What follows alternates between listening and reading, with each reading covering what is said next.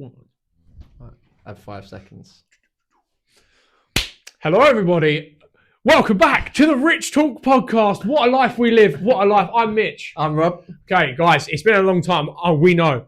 But today, thinker versus doer. I'm typically just a doer. Rob is a bit more of a thinker, but to our own detriment, I don't really think about shit and kind of just do stuff. And whilst that's stupid, I feel like there needs to be a bit more of a Rob approach. Rob, what would you say your experience with this is? Yes, I'm a procrastinator, which has been more to my demise over these certain years. And you start to figure out what you need to be better at. So when you take a good look at yourself, and this is what our channel is about, is developing ourselves to be better than we are yesterday, or just in general beforehand. And for me, I need to take a bit more of a Mitchell's approach, which is why you need to surround yourself with people that you want to be a bit more alike. And taking the doer approach has been a godsend for me, because it made me a bit more successful in my current life, where previously I've been known to talk myself out of certain situations, or just be in a state of procrastination for too long before I actually act. However, there has been times where thinking has saved me from acting in an act that I didn't need to do. So again, I do think it is a wise approach to have a conservative approach, and also be inclined to act faster. So there's a sweet spot in between. That's what I'm trying to get at. In between us, as we sit here now, probably halfway between us is how we want to be in terms of thinking versus doing. Oh yeah, no, this is, yeah, you're spot on, mate. Because I'm not being funny. I could do thinking about some shit sometimes.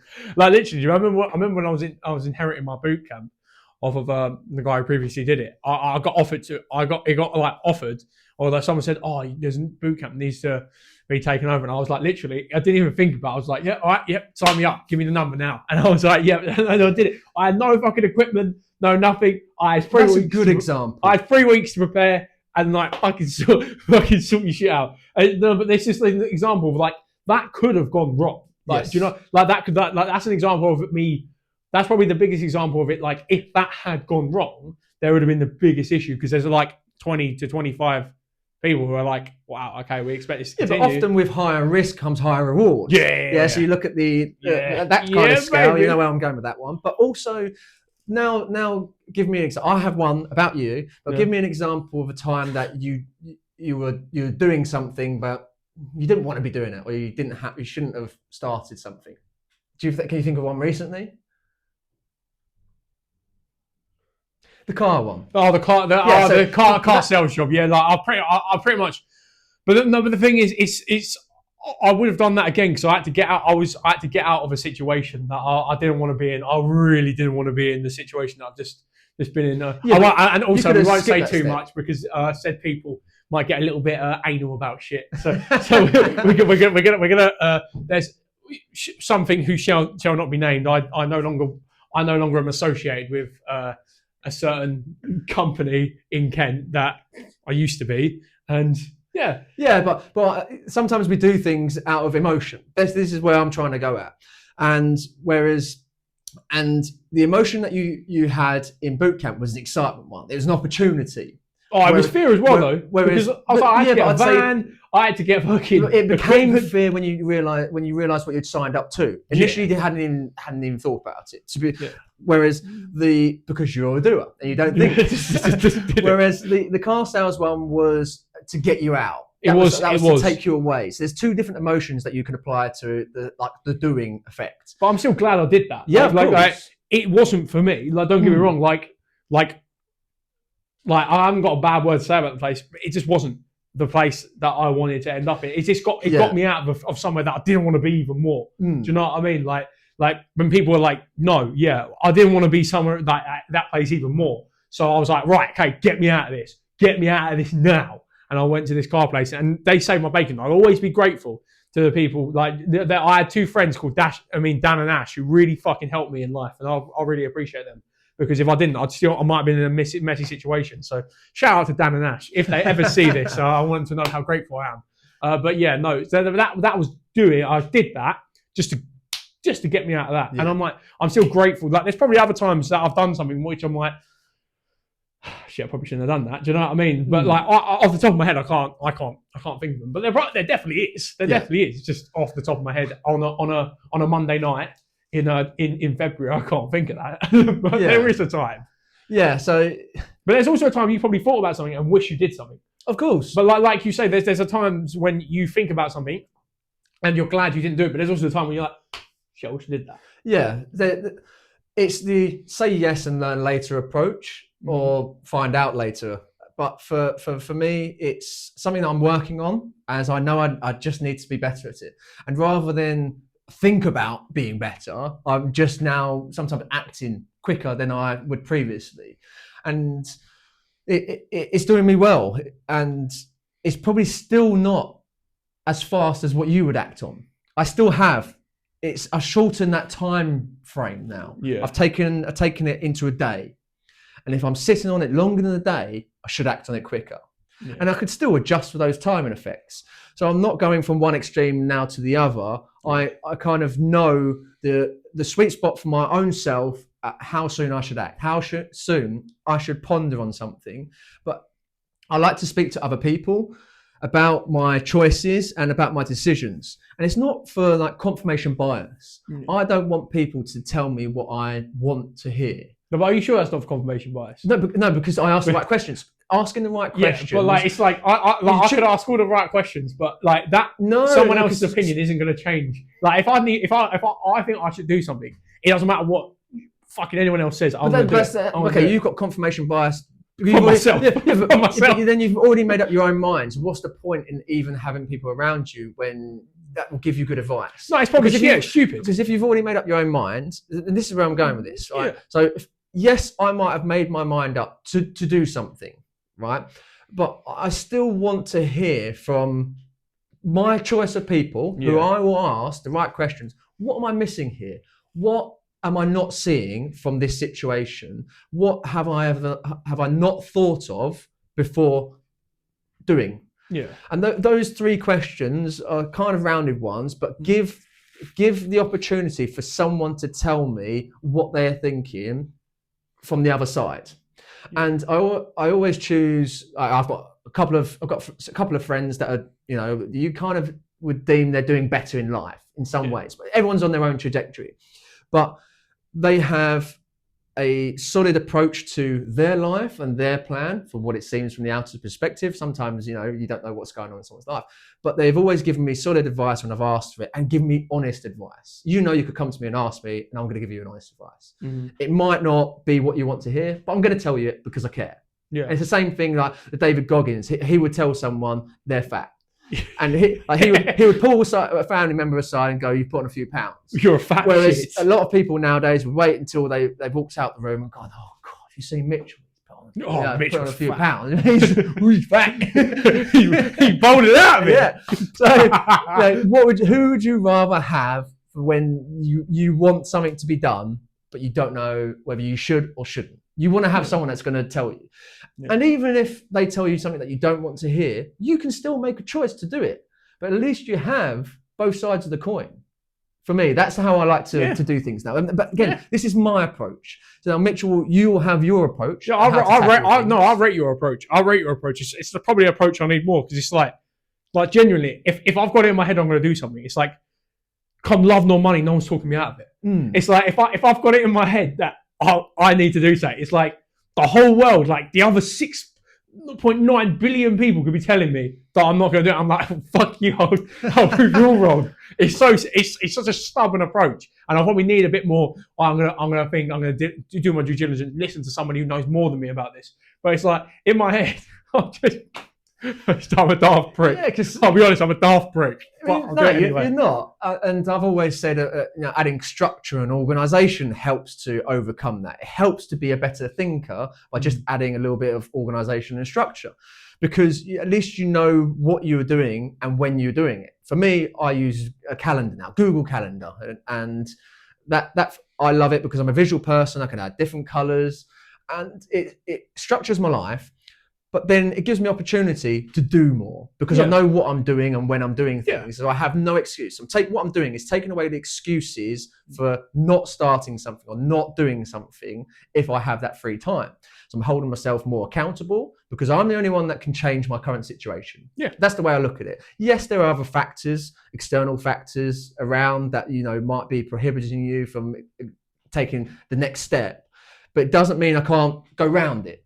It doesn't mean I can't tackle that step and then eventually get past it. So what I'm trying to say is we give ourselves so many excuses. We tell ourselves not to do something for X, Y, Z. We might say to ourselves that we're not informed enough, that we're not confident enough, we're not any skill, anything that you can think of, you will tell yourself you're not good enough. Whereas if you just did it and didn't even think about that, you'll find out. You'll find out whether you're not good enough. And that's what one of the greats in life, they're all delusional. No, they're all delusional. Okay with taking a little bit of risk, but failures, they will just think, oh, it's just part of it. Whereas everyone around me who I've had conversations with, they don't like failure. They see it as a massive thing, and it affects them. It affects everything about their being. It affects their mood. It affects their strategy going forward. Whereas if they just tried it again, it might be as simple as timing. Yeah. It could be that timing wasn't right when you tried that one thing, so try it again and it works. Or, you try a slightly different approach. So for me, I'm pumping out ads at the moment. Ads for my personal training. Because Rob's the best PT in Kent. Trying to be. If you want to have a personal trainer in Kent, especially online, come to this man I will help you, yeah. Because Rob is the fucking man. I'll be honest and give you all the value that you need to have. I'm not going to ever missell it. Hey, that's not. By the way, I'm also a PT, but Rob's better than me. So this is not the advert. Rob's the fucking man, ladies and gentlemen. Let's hear it. All right, okay. Type in the comment. Rob Creary is the fucking man. If you want to support our channel, please. So I'm trying out different ads, and we're quick to try one thing, but then move on to the next. And it's that patience that you need. And so there's something, there's thinker versus doer, but then there's doing for long enough to make it succeid. Yeah. You have to do for a long period of time. You have to. You can't just be a sporadic thing. Try and try again. Fail a couple of times. You've probably heard it before. If you're starting a business, most businesses fail at first, and then you find out other different businesses that actually work. Some businesses work from the off the bat.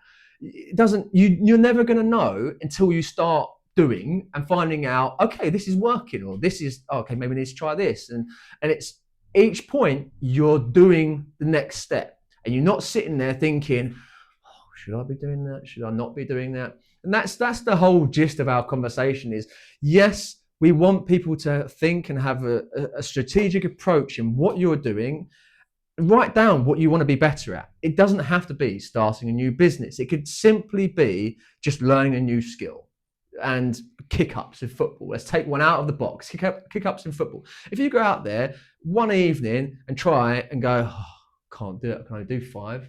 Oh, it's because it's because I'm left-footed and I can't do it. Whatever. You can talk yourself out of it. Mm-hmm. But if you went out there every single day and just practice, at one point it's going to click. I can do kick-ups now, and I haven't played football since I was 18. Now, I played football at a decent level, but really, I can do kick-ups, left and right foot, over and over again. I probably do 100 kick-ups right now if I had the ball. And it's not bigging myself up because I learned the skill. I practice every day. And my dad said to get good ball control, you had to do kick-ups. That's all I did at one point, was just doing kick-ups. And then it ingrains in yourself. So you take that skill and then you multiply it. Do you want to know what, Rob? I think you look like Patrick Bateman. I think you look like Patrick Bateman. And what did Patrick Bateman do? He had a routine. He was a doer, wasn't he? He was a doer. Oh, he got shit done, didn't he? He got shit done. Oh, but he had an organised approach to life. He did things over and over again. He had his morning routine, and he looked a certain way, took pride of how he was and how he carried himself, and then he killed people. The latter part you maybe want to leave off. Yeah, probably. We are not advising to become like Patrick. Please, I'm just saying Rob looks like him. Don't become like Patrick. Don't become like Patrick Bateman. It's the worst thing you could do. Fucking hell! Do not kill people. So yeah, that's my approach on thinking versus doing. But you expand on it. Yeah, I listen, okay, because this is the thing. Rob has told me off many times in life because Rob is older than me and he's a bit, like the older brother effect. You know what I mean? He has linked me because I just act and don't think, and that's fine. Like it's an approach. It's worked for me so far, but down the line, I know if I don't give things thought, sometimes I'm gonna hit a fucking wall. Okay, so the accountancy. You can do all of this that you're doing right now. You can learn everything and get to the point, and then you might have the first job and go, and get a negative experience and go, fuck this, I'm not doing it. Right? That could happen. No, I'm absolutely aware. Anyone could study to do something, for example, like think people do university. This is it. Oh, this is what I want to do in my life.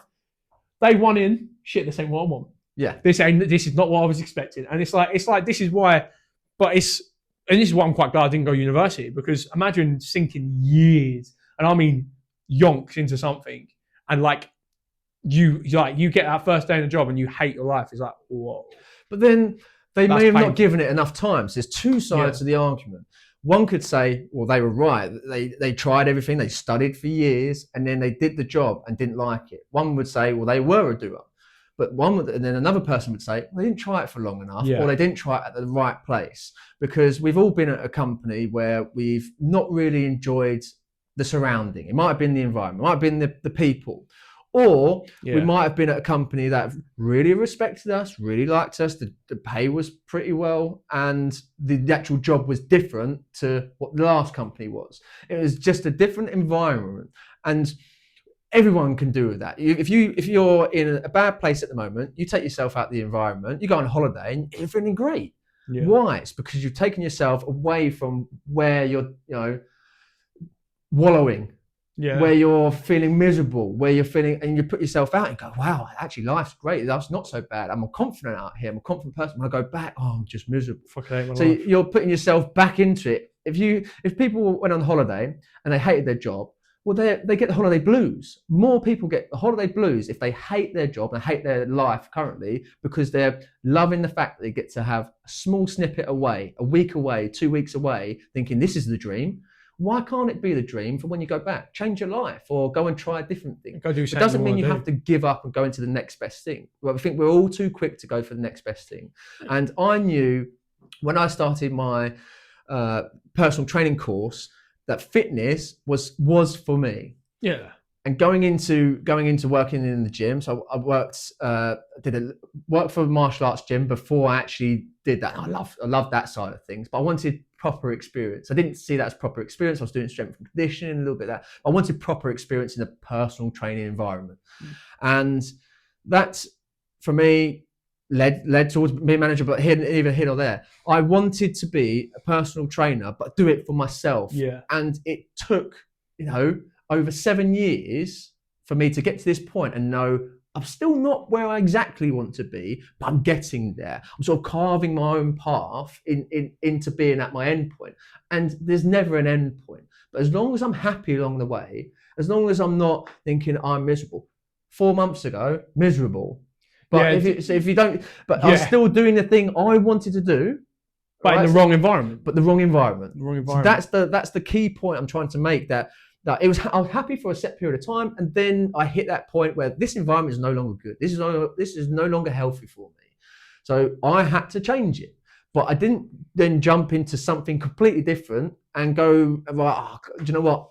It's PT or it's the fitness industry. I don't want to be in it. I've always known that within me, that is my purpose, and this is where I want to provide the most value. For some people, like yourself, it's not, you sort of how to think about it. It's not really what you want to do. It's all right. No, it doesn't. I just think, apart from you, apart from a couple of other people I've met, but you're one of them. It's the most pretentious industry. It can be. I think it's the single most pretentious industry you can possibly get into, mate. That's because of social media. I think if you go back to it's not nowadays. It's not just fucking it's not just horning about some heavy shit anymore, or actually being healthy and athletic and bettering yourself. The fitness industry is just protein powder and pussies, and it's just it's just like able leggings that show off, like able butt seam leggings and fucking like I don't know, shirts that are 3 sizes too small for you, and people like on social media being all pumped. And steroids, yeah, and for men steroids. And roids, definitely. It's just pretentious. It's fake. It's not. It doesn't align with what I want to be. But that's different. The limelight. That's like the dangling the carrot effect. And that's how I envision it. This is like the top influencers. That's what we see them as. You know, that the able type ones and the honor whatever outfits, the skimpy little tops. And skimpy little tops. And said like a true misogynist. Said like Patrick Bateman. And then you've got the other side, which is the males who are pumping steroids and telling people that this is natural. You know, and that you've got to you've got to do things a set way when they're doing things completely different. They're smashing 20 donuts and the caloric surplus, hitting some steroids, and they're not living the healthy lifestyle, which is what I try and live by. And I'm not going to be, I don't want to ever be an influencer on social media. No. I don't want to be, because... Unless our podcast takes off, please like and subscribe, please. Yeah, but even so, this is a different avenue. Please. If we're influencing via podcast, it's because we're being personable. We want to hear what your problems are. Leave it in the comments. We want to discuss it. Yep. I don't want to just pump out what I think you should be doing and how you should look, but lie to you. Mm-hmm. So for people that are on steroids, that say they're not on steroids and sell programs, they don't align with my views of honesty and integrity. Mm-hmm. So I know we're coming away from thinker versus doer, and as we should, we like tangents. We're like going down a rabbit hole, but I suppose let's bring it back round. It's finding what you want to do, and there's the thought process of it, then acting it. Mind map it out. And mind map different routes of how you can get to that point. Again, I'm a visual person. I like to write things down and then see it. And once I've got that one thing in the middle, for me, I want to help as many people as I can in fitness, but now I'm tailoring my niche. I'm going down more performance-driven goals. So I've got one person that is doing an Ironman, and I've got a jiu-jitsu person they're both recently taken on, right? So those are more in line with the goals than training people just for general weight loss that I have, just because I feel like I can give more value to those people that can live a healthy lifestyle, because I want to live a healthy lifestyle. Albeit if they're overweight, I'll get them in shape first, and we'll have start at the foundation. Because people are overweight, they want to get back to what they were. I used to be 5 kilos when I was a teenager. I used to love the way I looked. And then it goes off on a tangent in life, as I'm going off now. But then bring it sort of back down to the basics. And then you've got that foundation to build from afterwards. That's where I want to go. And now I have to act that. And if I don't act that, I'll just be a thinker. And I won't get to where I want to be. And I'll go on holiday and have holiday blues. Yeah. Do you know what? I think it's a good point. Find the middle ground, as Rob says. Be a thinker, be a doer, be a both. Okay. So my question to you then, if you was to apply being a thinker more to yourself, how would that look like? I think it would probably... Is it positive or negative? I think, I don't know. I'd probably give something at least 10 minutes worth of thought before I did it. Which is 10 minutes more than you would have done. You genuinely don't understand. Like, if I have this idea in my head, I'm like, I'll just, like, say for instance, like, I want to be, I don't know, an astronaut. I'd called up NASA and be like, can I just get an apprenticeship, please? Like, and it wouldn't even, like, it would just be like that quick. It would just be that quick. I'd be like, shit, yeah, like, yeah, absolutely, I want to do that. I'll come down and see you. Yeah, like, I'll come and see you quick. It's actually kind of how I met my girlfriend. It's just like, at the spare moment, I looked at her and went, oh, God. Yeah. So I just went, you're mine. So I went, fucking hell. Let's ask her on a date quick. You're coming with me. And I'm like, come on, love. No. Luckily she consented. Oh, shit. Jesus. Otherwise you wouldn't be sitting here. We'd be sitting on the other side of the glass. Yeah, that would not have happened. Fucking clear my name. That would not have happened. Don't be that kind of doer. No, don't. Shit, he's got dark. Ladies and gentlemen, but I feel like, in conclusion, what we can say is find the middle ground.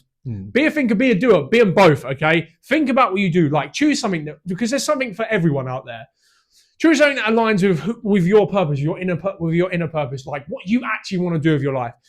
Think about it, mind map out a plan, but then actually do it. Don't just think about it. Go out and do it. Like, even if you're stuck in a perpetual place of procrastination, one day, give yourself one day. If you really want to do something, I think personally, one day after that, if you still want to do it, you slept on it for one night, act on it straight away. Because then there's no negative side to being told no once or twice. Do you know what I mean? Yeah, you might be a little bit of a slap on the wrist, slap on the ego. Oh well, see what happens. Follow up on what you actually want to do on, because I guarantee you'll live a more purposeful life. All right? Okay? I think that's been a good episode. It has been a good episode. Ladies and gentlemen, I've been Mitch. I've been Rob. Thank you for watching the Rich Podcast. Like, subscribe, comment. Please let us know anything you want. I think I just spat there. If you all saw that, I'm sorry. Make sure you have a good evening. Boom.